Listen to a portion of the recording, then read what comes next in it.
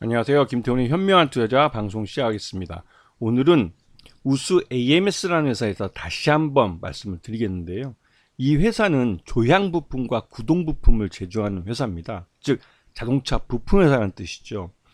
기존의 내연기관차의 엔진 부품 쪽이기 때문에 이 회사는 나름대로 현대차와 기아와 주로 거래를 하고 국내에 한국 GM과도 거래하면서 국내 이제 자동차 회사하고는 거의 모두 그 거래를 하는 그런 큰 회사였습니다. 지금도 큰 회사긴 마찬가지죠. 그런데 이런 부품들이 대부분 다 그 이 내연기관 쪽 부품이다 보니 이 회사가 말 그대로 이제 좀 전기차로의 전환 시대에 우려가 되는 부분이 좀 컸죠. 하지만 이 전기차 부품 쪽도 함께 개발을 하면서 나름대로 실적 면에서 선방을 하고 있었습니다.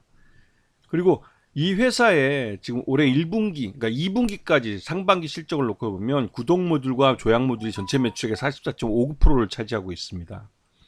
그리고 이 회사에 이런 그 자동차 변속기에 들어가는 이 부품들은 말 그대로 우수 AMC가 이 현대차와 기아의 주 그 1차 협력 업체로서 뭐 많은 부분을 차지하고 있었고요, 매출액에.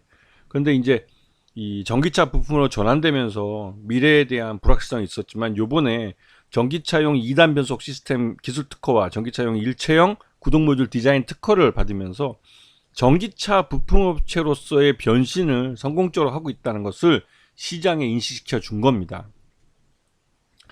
우수 AMS의 그 자회사들을 보면 자회사나 관계회사들이 대부분 현대차와 기아에 거래를 하고 있습니다. 그러다 보니 현대차와 기아에 대한 매출 의존도가 굉장히 큰 업체죠. 그래서 현대차와 기아가 재고 조정에 들어가면 매출이 흔들릴 수밖에 없는 구조를 갖고 있습니다. 그래서 3분기 때 현대차와 기아가 재고 조정에 들어가면서 주가가 좀 흘러내린 측면이 있죠. 자, 2분기까지 올해 상반기까지 실적을 놓고 보면 작년보다 매출은 확실히 늘어난 모습을 보이고 영업이익까지도 작년보다 괜찮은 모습을 보입니다. 하지만 금융비용이 좀 들어가면서 이번에 단기 순이익은 작년보다 좀 많이 줄어든 모습을 보였죠. 그런 모습에서 3분기 때 현대차와 기아가 재고 조정에 들어가면서 좀 주춤한 모습을 보이기도 했고, 여기다가 최대 주주인 다담 하모니 유한회사가 이게 여기에 최대 주주가 그 요번에 법정 관리에 들어간 HNINC라는 회사입니다. 그러다 보니 이 최대 주주 문제 때문에도 주가가 할인되는 그런 측면이 있었습니다. 그리고 내연기관에 대한 이 수명이 점점 짧아지고 있기 때문에 기존 자동차 부품업체들은 내연기관 부품보다는 전기차 부품을 늘려가려고 하고 있죠. 그래서 얼마나 빨리 전기차 부품으로의 전환을 성공하느냐에 따라서 그 자동차 부품 회사가 계속 기업 가치를 가질 수 있느냐, 이것이 또 관건이 되고 있는 상황입니다. 자, 이 우수 AMS 같은 경우는 모회사가 법정 관리에 들어가면서 미래에 대해서 불확실한 측면이 좀 커지는 측면이 있는데요.